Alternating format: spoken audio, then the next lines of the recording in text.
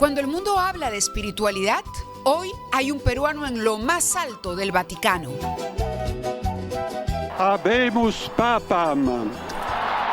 Y se me permiten también una palabra, un saludo a mi querida diócesis de Chiclayo en el Perú.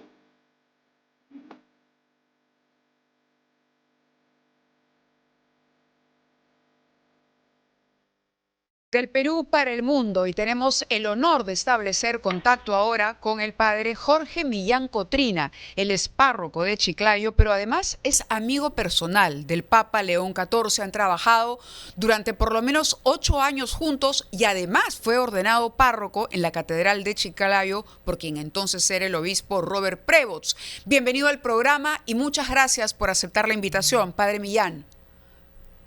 Muchas gracias a ustedes por la invitación y con todo gusto para poder compartir las experiencias que tuve con el actual Papa León XIV. Ha dejado una huella importante en la vida de los chiclayanos y todavía hoy se discute. ¿Es el Papa más norteamericano que peruano, más peruano que norteamericano? ¿Cómo definiría usted la peruanidad encarnada en quien fue, o usted conoció como el cardenal Prevost, pero que hoy se ha convertido en el Papa León XIV? Yo creo que la peruanidad que él tiene no viene tanto por la situación, vamos a decirlo así, geopolítica. Yo creo que la peruanidad le viene a él por la fe, porque él asume la fe del pueblo, lo dijo en su mensaje el primer día que salió al balcón. Él habla de Chiclayo como un pueblo de mucha fe, del cual él lo ha vivido, ha aprendido. Entonces, esa peruanidad la tiene porque la gente del Perú vive una fe bonita, atractiva, que él quedó encantado de ella. Por eso es que se siente más peruano como iglesia que norteamericano. Esa es la idea que yo tengo. Bien, hay dos momentos clave que se mencionan mucho en el trabajo que él hizo. Cuando uno habla con la gente de Chiclayo, recuerdan mucho, por ejemplo, su participación durante la pandemia para fomentar esta construcción de plantas de oxígeno, por ejemplo, también la experiencia que hubo durante el fenómeno del Niño. ¿Qué anécdota cree usted podría compartir con nosotros ahora para graficar mejor cómo era ese trabajo, cómo era esa participación activa, formando parte del equipo en el terreno mismo de operaciones del Papa León XIV? Como ya el mundo lo está conociendo, él es una persona muy serena, muy tranquila. En todas estas realidades que usted ha mencionado, de carácter social, de carácter de ayuda a los demás, siempre ha tenido el perfil de callado, de silencio, pero que ordenaba a la encargada de Cáritas, nos pedía, ordenaba a los sacerdotes para hacer alguna labor, pero de una manera muy discreta, muy respetuosa, ¿no? La anécdota que yo tengo es que cuando ya se podía salir a las calles en la época de la pandemia, me pidió que por favor reabra el comedor parroquial que teníamos, porque se cerró por la pandemia, porque había mucha gente, así me dijo, mucha gente que lo está necesitando. Entonces, inmediatamente empezamos a trabajar para reabrir el comedor y de ahí son esas fotos que han circulado por internet donde le está sirviendo de una olla un poco de arroz, pues justo fue en esos días, ¿no? Entonces, esa preocupación de él era una preocupación silenciosa, interior, que primero él lo pasaba por la oración y luego ya a los que teníamos la responsabilidad de llevar a cabo estas actividades, pues nos lo sugería y él mismo participaba. Por ejemplo, lo de las máquinas para producir oxígeno, él mismo estuvo allí, él mismo sostenía las coordinaciones, se comunicaba con la gente que podía dar grandes cantidades y así se logró, ¿no? Y así los comedores, y así él también tomó la iniciativa de ir a los pueblos del norte, donde el fenómeno del Niño o estas tristes realidades meteorológicas que afectó mucho, él mismo tomaba la iniciativa de ir hasta allá y atender a la gente que estaba sufriendo. Es interesante porque usted nos dice, tenía la iniciativa, pero al mismo tiempo era una persona silenciosa, que no hacía publicidad de lo que hacía, vamos a decirlo así, pero que no tenía ningún temor en alzar el teléfono si había que llamar a alguien o en subirse de pronto a caballo o manejar el auto para ingresar. ¿Usted lo calificaría como un buen líder? Es un buen líder. De hecho, ya el haber sido elegido desde el año 2000 como superior general de la orden y haber sido reelegido, o sea, él ha estado 2 periodos y más ya no puede estar, ha estado el máximo de tiempo que se le permite en esa congregación ser el general de la orden, pues eso demuestra que tiene esas cualidades de organizar, de dirigir, de motivar, de sacar adelante proyectos, de convencer a la gente que estaba al lado de él, pero un convencimiento no tanto persuasivo, sino con el ejemplo. O sea, un ejemplo porque él también se pone a trabajar en lo mismo, ¿no? Y acá también en la catedral el tema pastoral, el tema social, la misma vida de vida, de comunidad o de familia que tenemos en el obispado, él siempre tenía esas iniciativas de hacer que el otro se sienta mejor, hacer que el otro esté contento. Mire, es que era una cosa tan natural que le salía que no me llamaba mucho la atención, porque veía que era una cosa bonita. Ahora que lo vemos como papa, ahora que vemos ya cómo la gente lo ve de distintos ángulos, todos coinciden en lo que nosotros que hemos sido varios sacerdotes con él en el obispado, lo hemos vivido, lo hemos experimentado. Es interesante porque usted dice que hay una manera de comunicar que es con el ejemplo, ¿no? Una persona que es al mismo tiempo un jefe, pero que al mismo tiempo sabe confiar, elige bien a sus colaboradores, sabe en quién confiar y cuando confía, confía. Confía al punto que en 2 oportunidades le dijo, hombre, pero cuando hagas algo mal yo te lo diré, mientras no te diga nada, todo va viento en popa. Así es, sí. ¿No? Así es. Ahora, y desde el lado personal, ¿qué rescataría usted? Porque, ok, él es un pastor que se debe definitivamente a su trabajo pastoral, por supuesto, hoy es el Santo Padre, imagínese usted cómo ha crecido, ¿no?, este rebaño al que tiene que guiar, pero ¿qué puede contarnos de la persona, del ser humano? Porque se hicieron virales en su momento y todo el mundo empezó a buscar información sobre quién era como persona, quién era el hombre detrás del cargo, quién era el hombre detrás de la elección, y empezaron a hablar de la comida, empezaron a hablar de los villancicos que cantaba en la Navidad, empezaron a hablar de las celebraciones también que compartía con las personas. ¿Cómo es el carácter del Papa León XIV? ¿Y qué de peruano, diría usted, ha quedado en él? ¿Qué característica de un peruano se ha llevado al Vaticano, el Santo Padre? Bueno, primero su carácter. Es un hombre de mucha paz, de mucha paciencia, de saber escuchar y esperar a que los demás también actúen. Nunca se impuso a nada, nunca obligó, nunca puso condiciones, siempre sugería y quería que uno cumpla con ello porque es parte de nuestra responsabilidad y de nuestra formación, ¿no? También quiero decir que él, en todos los momentos de su vida, en mi apreciación, ha sabido asumir cada momento por lo que es. ¿Era superior general de la orden? Pues era superior general de la orden. Llegó a ser obispo de Chiclayo, pues obispo de Chiclayo. Y allí, como obispo, mostró mucha paternidad. La mostró, pero nunca la dijo, porque nunca le escuché a él decirnos hijos míos, que ese es más o menos el lenguaje que utilizan los obispos con respecto a sus sacerdotes. Él siempre nos decía hermanos. A ver, hermanos, vamos a hacer esto. Hermanos, ¿qué les parece? O ya por nuestros nombres. Pero sentíamos, yo personalmente he sentido su paternidad, porque más de una vez he tenido que conversar cosas ya mucho más personales, quizás. Me imagino. Mucho más íntimas, que me preocupaban, y salir a encontrar en él a la persona que te escucha y te da un buen consejo. Claro, por eso son amigos. ¿Qué de peruano tiene? Sí. Yo creo que lo de peruano es justamente el saber estar alegre, porque se le ve serio a veces, ¿no? Pero cuando está alegre, lo está bien, ¿no? ¿Qué significa eso? Cuando está alegre, lo está bien. ¿Qué es estar bien alegre, padre? Por ejemplo, ¿no? Yo voy a poner ese ejemplo.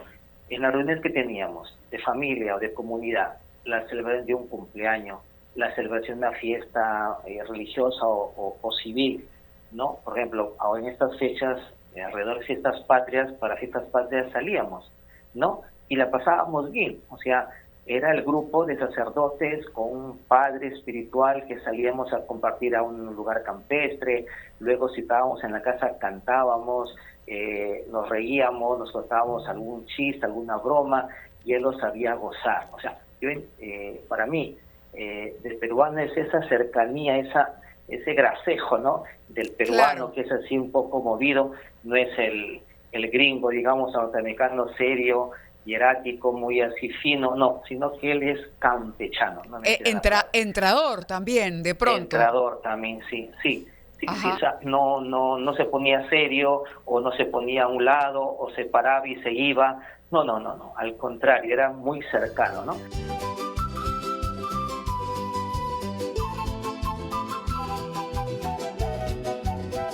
Ha sido un verdadero placer conversar con usted y nos queda la lección o, a ver, el mensaje de que esa alegría tan peruana, de incluso en las dificultades, ¿no? Saber ponerle un poco de, alegría a cualquier reto, a cualquier dificultad. En medio de la dificultad, rescatar la solidaridad entre las personas, pero siempre pidiendo apoyo, pidiendo ayuda, dando ayuda. Al mismo tiempo va a ser algo que él pueda llevar a lo largo de su camino en el Vaticano y será un poco la huella que deje, una huella que tendrá sin duda mucho de Perú. Cuando finalmente concluya el pontificado, él dejará esa marca peruana también, sin duda, en el Vaticano. Le agradecemos mucho, padre, por esta comunicación. Gracias a usted. Y felices fiestas.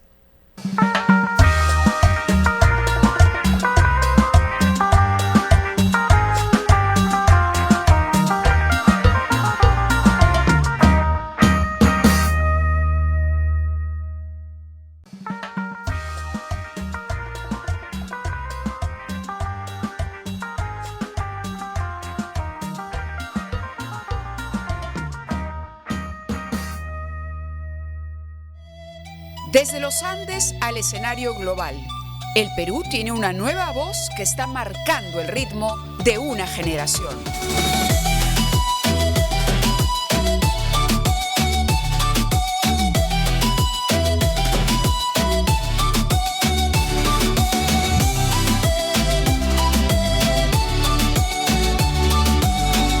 Esto es De Perú para el Mundo. Ahora nos toca hablar de música y nos acompaña aquí en la cabina nada menos que Lenin Tamayo. Lenin es un músico ya exitoso, pero además es un innovador. Es sumamente interesante, se ha convertido en un fenómeno musical que ha revolucionado la cumbia peruana porque la ha fusionado con elementos del pop, efectos visuales, coreografías a través de las redes sociales, ¿no? Ha logrado un impacto tremendo, sobre todo en una audiencia juvenil, y hoy nos va a hablar de este género, cantante y creador del Q-Pop o Quechua Pop. Lenin, bienvenido y muchas gracias por estar con nosotros. Gracias a ti, Mávila, por la invitación. Muy emocionado de poder conversar un poco del proyecto, ¿no? Y un poco que la gente, justo en una fecha tan importante como hoy, pueda entender lo que significa nuestra cultura, ¿no? En su máxima expresión. Nuestra cultura, pero que al mismo tiempo se fusiona con otro tipo de ritmos, de pronto para llegar más allá, para que estos caminos o estas fusiones le permitan traspasar fronteras, y traspasar fronteras y llegar a más personas. ¿Qué es exactamente el Q-Pop o Quechua Pop? Bueno, si lo hablamos en criollo, que es algo que en Lima usamos bastante, diría que es pues K-pop en quechua. Si lo hablamos de manera más general, podría decirte que es un género musical distinto, ¿no? Pero si lo tengo que hablar de manera personal, para mí es como una plataforma, ¿no? Es como una mesa. Yo estoy construyendo esta plataforma y sobre esto estoy poniendo mis raíces andinas, mis influencias musicales. Entonces voy fusionando varias cosas y dentro de esta plataforma estoy explorando, ¿no? Mi música y al mismo tiempo lo que significa, ¿no? Mi sonido. El por qué estoy cantando en quechua, el por qué estoy bailando, estoy con bailarines o estoy viajando a otros países del mundo, ¿no? Compartiendo el quechua. Todo eso, si lo veo desde una plataforma, lo veo con una visión mucho más amplia, ¿no? Y eso es precisamente el Q-Pop, ¿no? Me está transformando a mí, y no solo a mí, sino a toda la gente en el equipo. Ahora, esto se remonta al año 2022. Así es. Tú empiezas a trabajar y empiezas a aparecer en redes sociales. Sí, esa es tu ventana al público. Sí, yo lanzo un cover, es una readaptación de mi visión creativa de lo que iba a ser el Q-Pop el 2020, pero fue en febrero y ahí en febrero nomás estuvo el encierro por la pandemia. Claro. Entonces como que mi carrera incipiente ahí como que se estancó. Se congeló. Se congeló como la vida de todos nosotros, ¿no? Entonces, en ese momento mi madre es artista de música andina, es Yolanda Pinares. Tu madre que está por aquí también con Sí, nosotros. es mi manager. Está tomando fotos de la entrevista. Sí, ella es una artista muy reconocida de la música andina fusión.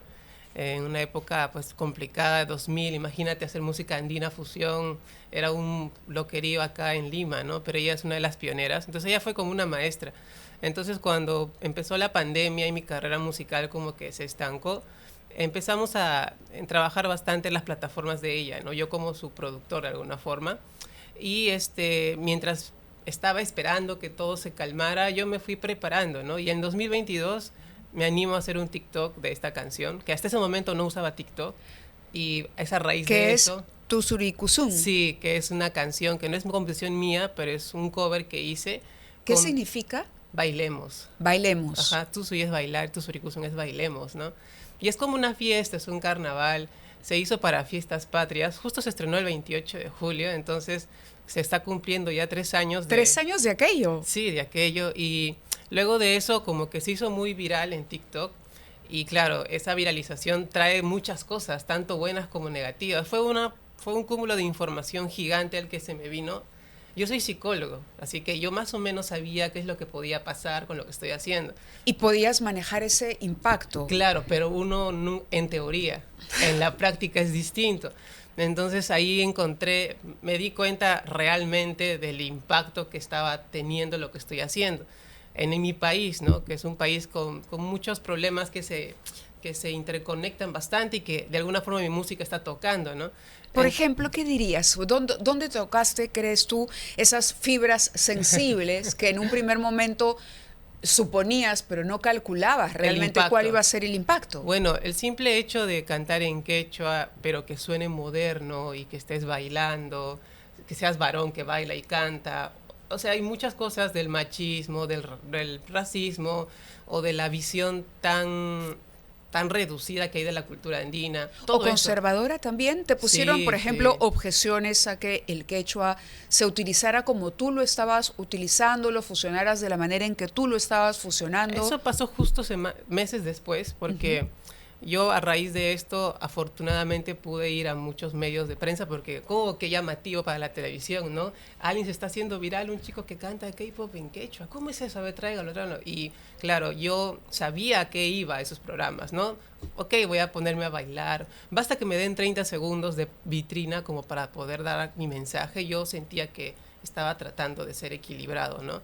Pero en un momento sentí de que me estaban queriendo encasillar solo en un personaje, ¿no? En lo pintoresco que es que claro, quechua, o reducirte de pronto a una caricatura, algo, exacto, claro, a una cosa extraña que se exhibía y que se iba a agotar y no realmente profundizar en tu propuesta. Exacto, y es algo que mi madre siempre ha sido muy reticente a eso desde que inició su carrera. Yo le he visto declinar muchas oportunidades que en teoría son beneficiosas, pero que no va acorde a tus principios musicales y humanos, ¿no? Entonces en ese momento yo dije, ¿cómo hago? Necesito hacer una canción propia en la cual pueda decir, es como una declaración de intenciones, ¿no? Una canción que me permita decir todo en una sola canción y que entiendan al menos el propósito del por cual hago música.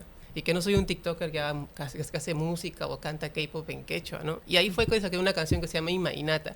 Y esa canción que lo lanzamos 2 meses después fue precisamente la canción que se hizo viral internacionalmente y es lo que hizo que medios internacionales vinieran a conocer mi historia, ¿no? Y esa canción es una canción que no esperarías de alguien que hace música andina. ¿Por qué? Porque generalmente la música andina puede estar asociado por lo general al amor, al desamor o a la fiesta, a la celebración.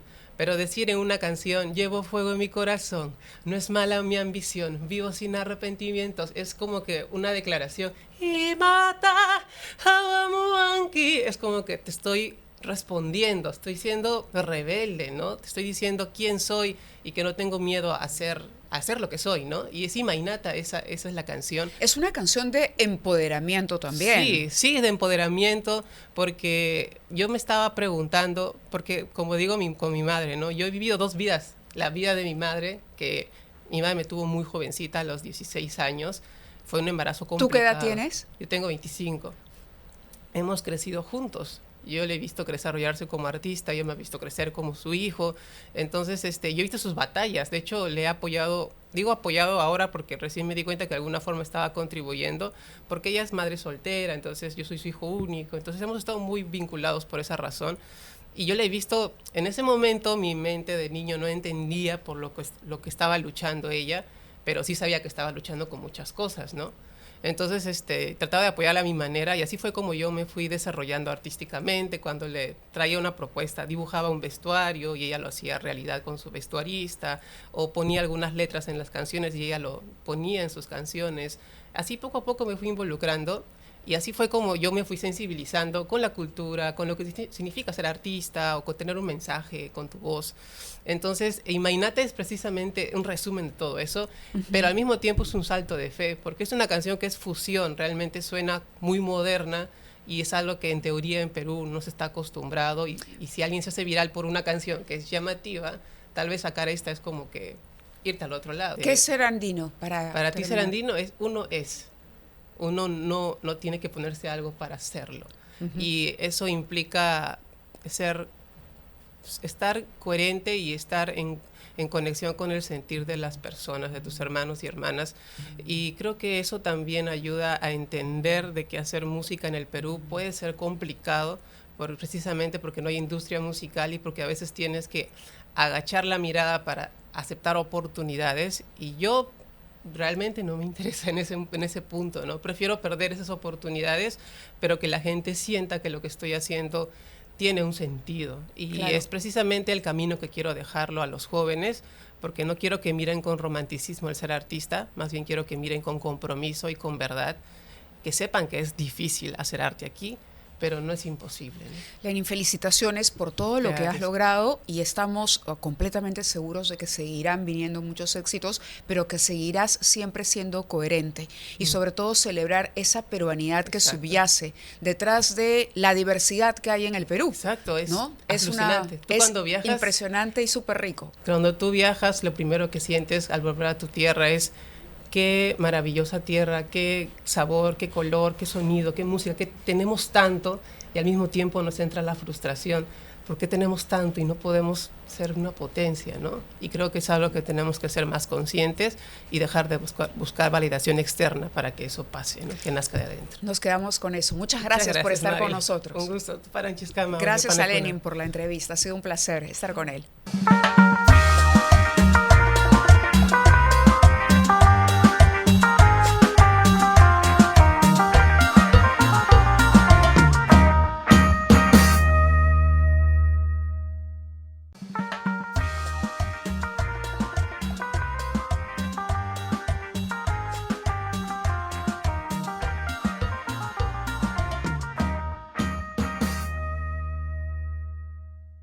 Perseverancia, olas y corazón. Así se escribe la historia de Stefano Peschiera, medallista olímpico y soñador incansable.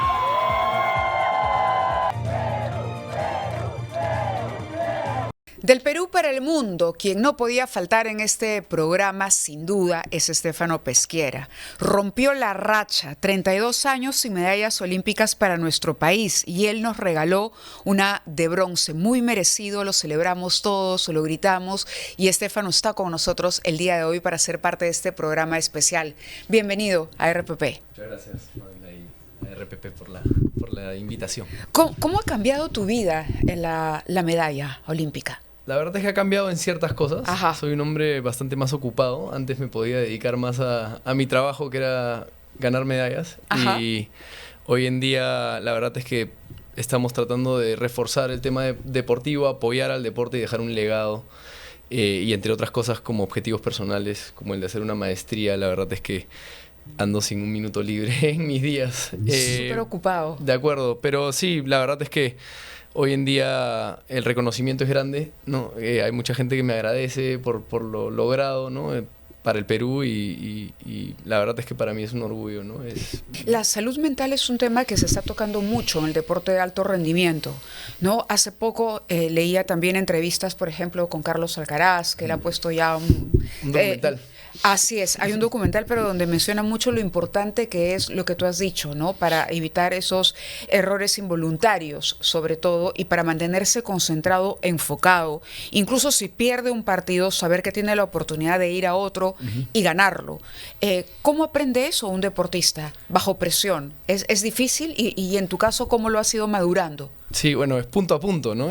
Es segundo a segundo, ir pasando la página y enfocándote en lo siguiente, pero creo que un poco es por madurez, te vas dando cuenta tú mismo de cuáles son las variables que tienes que ir controlando y al principio yo creo que en el país todavía somos bastante ignorantes sobre el tema, ¿no? de la psicología en el deporte. Pero que es importantísimo, vamos avanzando, ¿no? Pero es clave, ¿no? Y yo te diría, a ver, hay dos casos, ¿no? Existe la gente que tú lo ves jugando fútbol o navegando o atletismo y son talentosos, tienen buena técnica. Así como hay el talento para el deporte, de la habilidad, también hay el talento mental. Y hay chicos deportistas que tú dices que a los 21 años, como Carlos, logran ciertos objetivos que para alguien de 21 años, ¿cómo está preparado mentalmente? Bueno, nació con el talento mental de poder afrontar estos desafíos de mucha presión relajados, ¿no? Sin sentir esa presión. En mi caso, yo no era talentoso en la parte mental. Yo no, pero a él tenía la habilidad. Le ha costado. ¿No? Por eso te preguntaba, es decir, hay un proceso ahí y es bueno que lo visibilicen. Total.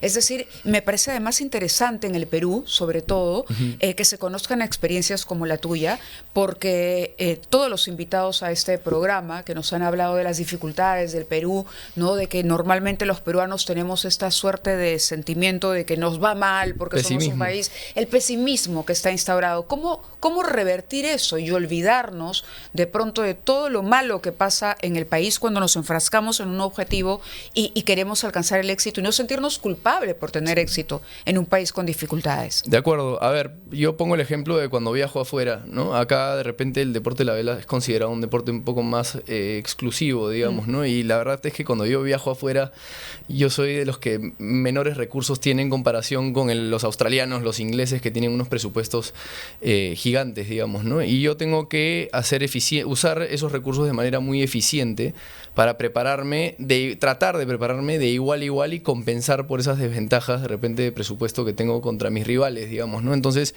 eso te puede jugar en contra también mentalmente y yo, si me hubiera enfocado en volverme una víctima, digamos, y culpar esa falta de presupuesto para poder, digamos, excusar una mala participación en mis eventos, siempre me hubiera quedado en esas posiciones en donde hubieran sido decepcionantes, digamos, ¿no? Y hubiera terminado con ese pesimismo que se vuelve un círculo vicioso, ¿no? Te termina excusando casi que cualquier cosa, ¿no? Te justificas. Y al pero final también le sacar la vuelta. llegas a la competencia habiendo ya perdido mentalmente. Entonces, ¿cómo hice yo? Me empecé a dar cuenta de que no podía sentir pena por mí mismo, ni por mis debilidades, ni por mis desventajas. Tenía que identificar mis debilidades y potenciarlas y dar lo mejor de mí para poder también potenciar todas mis fortalezas, digamos, ¿no? Que eran la parte técnica, la parte estratégica, ¿no? La rutina, la disciplina en la alimentación, la resiliencia para salir adelante y pasar la página. Entonces, te vas enfocando en todas estas cosas. Obviamente trabajé con un psicólogo deportivo, que fue el psicólogo deportivo de la selección peruana de fútbol de Gareca, y ahora de Alianza Lima. y la verdad es que trabajamos de la mano hace más de 6 años para obtener esas consistencias mentales que me permitan hacer mi trabajo lo mejor posible, como se hizo esa semana en las Olimpiadas de París 2024.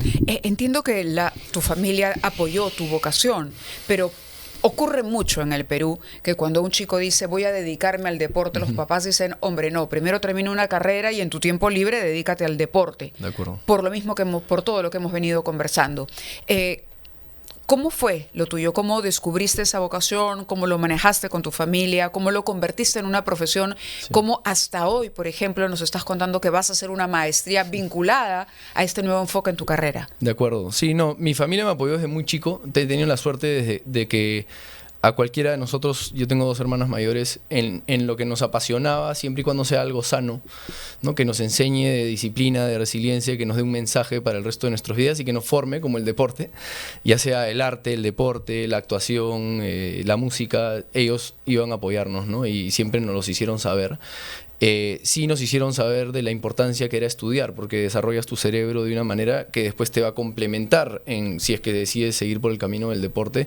Y a mí me ha ayudado mucho en poder también administrar la parte porque yo soy como el gerente general de mi proyecto, ¿no? Claro. Veo la parte logística, dónde me voy a quedar, qué botes se van a alquilar, cuándo, fechas, temas presupuestales, temas financieros. ¿Todo lo ves tú? El tema de los auspicios. He ido armando un equipo, pero en un principio era yo solo viendo estas cosas porque no tenía el presupuesto para poder encargarle o delegar estos temas. Entonces las rendiciones con el Estado para poder obtener los reembolsos y volverlos a invertir en más viajes, digamos, ¿no? Porque llegó un momento hace como 7 años en donde me volví totalmente independiente de mi familia.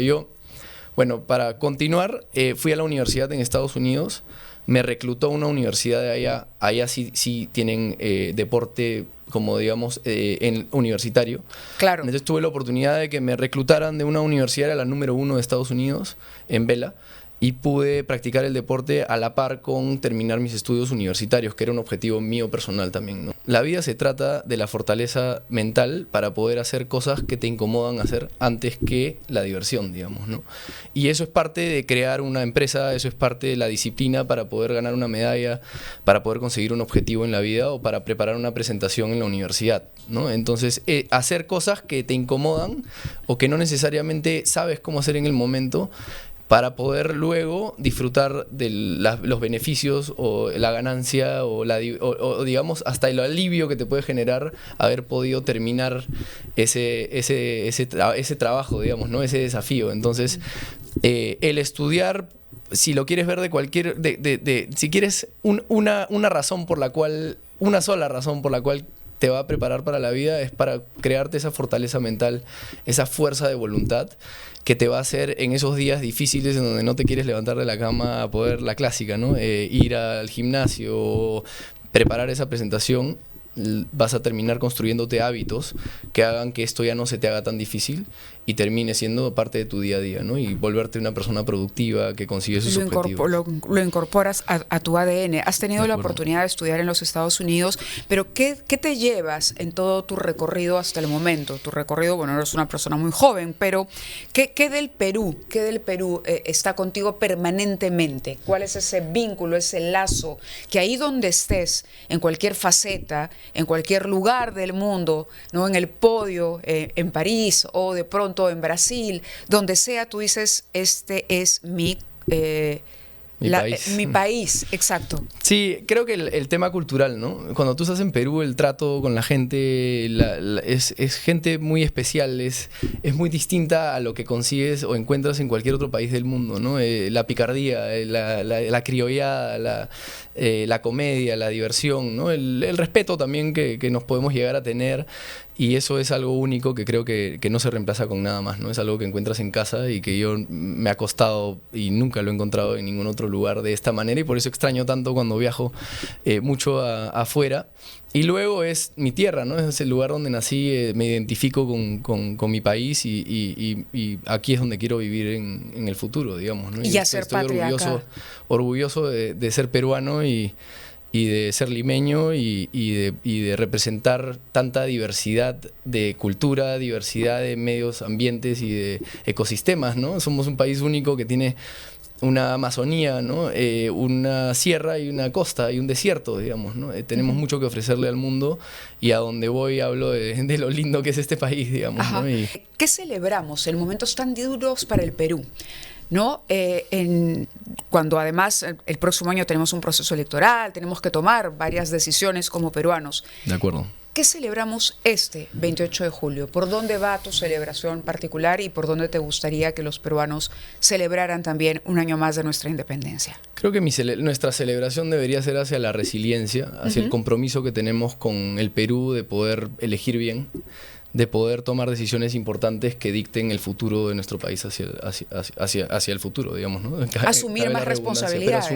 Pero asumir responsabilidades, informarnos, ¿no? Y finalmente tomar decisiones nuevamente informadas que nos lleven hacia un futuro mejor, digamos, ¿no? Tenemos ejemplos de los cuales podemos aprender buenos ejemplos y malos ejemplos, y entonces la tenemos un poco más fácil, digamos, que otros países en ese sentido, ¿no? Hay que simplemente evaluar, investigar e informarnos para poder tomar las mejores decisiones posibles. Pero yo creo que celebramos la resiliencia de ser un pueblo que mantiene, digamos, la picardía, el positivismo a pesar de los momentos difíciles que podemos llegar a vivir, digamos, ¿no? Creo que la ruta a seguir está clara, y esperemos que quien asuma el mando pueda llevarnos en el buen camino, ¿no? Empezar a llevarnos por el buen camino. Muchas gracias por eso y enhorabuena. Gracias, Mávila. Gracias, felices qué fiestas. Gusto. Igualmente.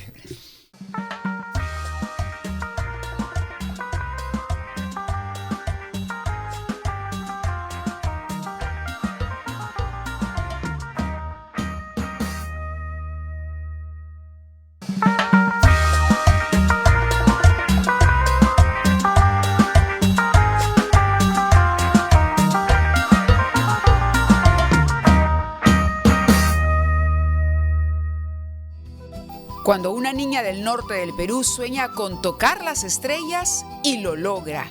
Araceli Quispe no solo llegó a la NASA, la dirige, la transforma y la representa con orgullo.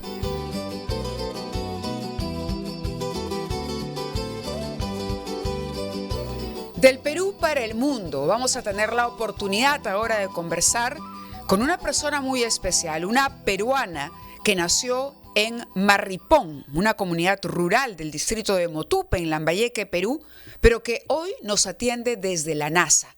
Una peruana que persiguió sus sueños y los alcanzó. Araceli Quispe Neira es ingeniera astronáutica de la NASA y la recibimos de inmediato. Muchas gracias por atendernos, Araceli. Es un placer conocerte y que estés con nosotros hoy. Gracias a ti, Mávila, y un saludo a todo el Perú. Muy feliz de estar en esta transmisión contigo. Hace poco se celebraba un aniversario más de esa llegada del hombre a la luna, que me parece es una experiencia que te marcó y que te marcó de tal manera que finalmente fue el inicio de una vocación para ti. Sí, sin duda la edad entre 6 a 7 años, yo desde mi querido Marripón, como bien lo has mencionado, siempre me alumbraba con la luz de las estrellas porque no teníamos fluido eléctrico, pero en esa experiencia de niña me marca este evento con Armstrong pisando la luna por primera vez, donde dije, Dios mío, si este hombre de carne y hueso como yo hace estas cosas tan impresionantes, o sea que también para mí puede ser posible hacer algo tan impresionante en mi vida, ¿no? A esa edad lo magnifiqué de esa forma y me marcó. De alguna manera, y como hoy se dice mucho, lo visualizaste, lo manifestaste, lo hiciste tuyo.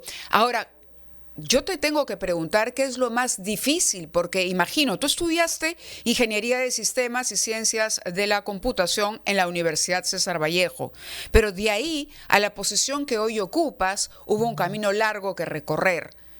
¿Qué ha sido lo más difícil? ¿Cuáles han sido esas etapas por las que has tenido que pasar? En realidad han sido muchos centros de estudio, desde colegios de zona rural en Marripón, colegios nacionales, colegios emblemáticos, institutos, universidades.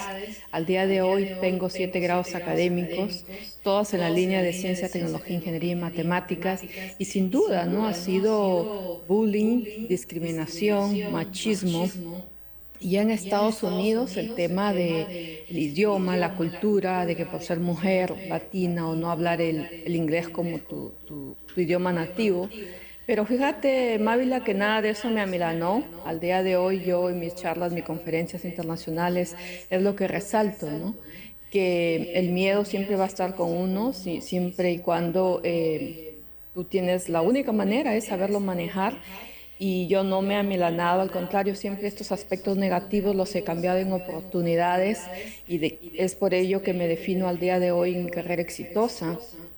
pero sin duda tropiezos, dificultades y desde el deporte, ¿no? Yo creo que el karate ha sido para mí un trampolín y me ha ayudado a tener una formación física y psicológica muy equilibrada, por el cual recomiendo también el deporte, es muy importante para todo ser humano, en especial los profesionales en estas carreras difíciles donde toca ser líderes.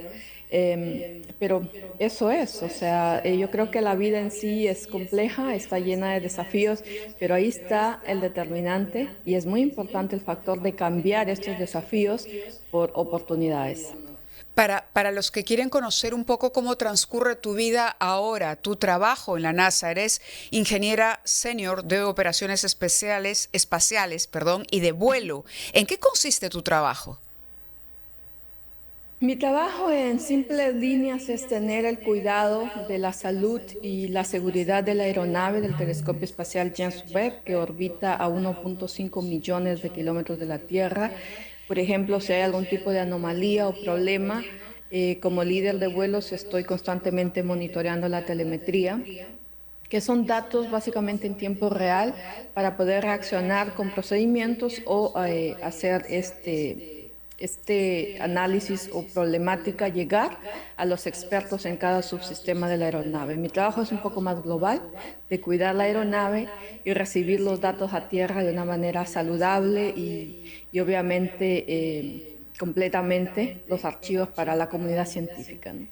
Claro, pero suena sumamente especializado. Es decir, no deben ser muchas las personas, por el contrario, deben ser escasos los profesionales tan especializados para manejar una línea como esta. ¿Alguna vez te ha provocado subir a una de esas naves que tú más bien observas y cuidas? Una excelente pregunta. Mira que es la primera persona que me lo hace en toda esta trayectoria. La verdad, te diría un 70% manejarlo desde tierra, que creo que mi aporte es más compacto, es más específico que subir a una aeronave, que la cual respeto mucho esa experiencia. Pero yo me considero una mujer con los pies bien puestos en la tierra y desde aquí considero que puedo hacer más que subiendo esa aeronave. Correcto, una mujer con los pies bien puestos en la tierra, pero además peruana. ¿Qué del Perú te sirve ahora que eres una ciudadana prácticamente del mundo? ¿Qué te has llevado, que te ha servido para crecer profesionalmente, para crecer personalmente, que tú digas, esto me lo traje, está en mi ADN peruano? Resiliencia, disciplina, humildad y que el único propulsor de cambio para mí ha sido el conocimiento y la educación, como muchos peruanos en el mundo que han apostado por su talento.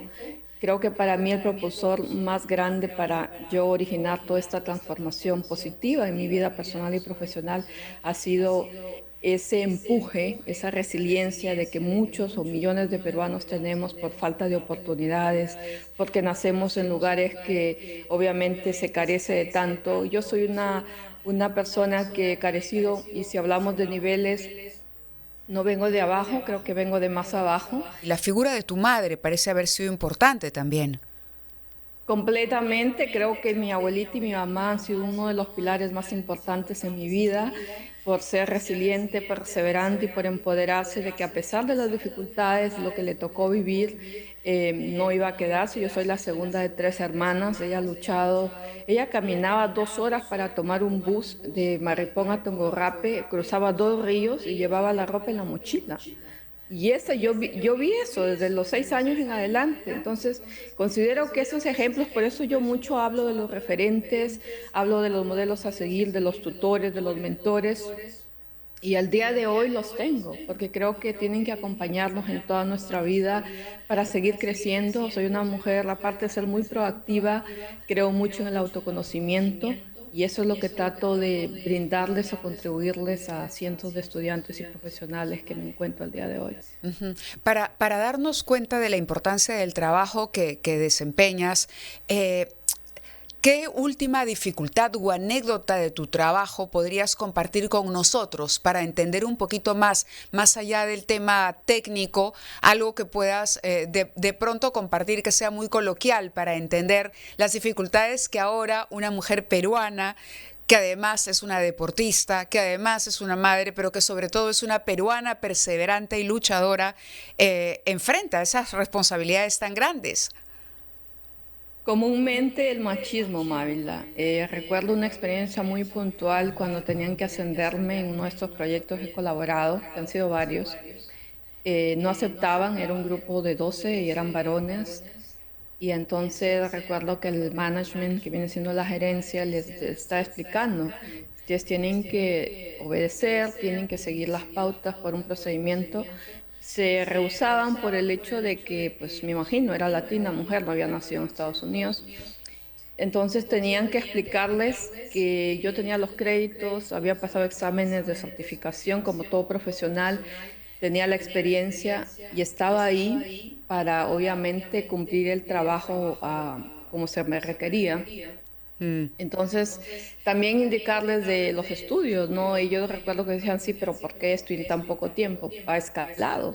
¿Por qué? Porque acaba de tener la segunda maestría en tal y porque acaba de pasar tal examen de certificación. Entonces, creo que eso, en Estados Unidos sobre todo, he tenido una experiencia única en el aspecto de que validan mucho tu educación, tu performance, como le llaman.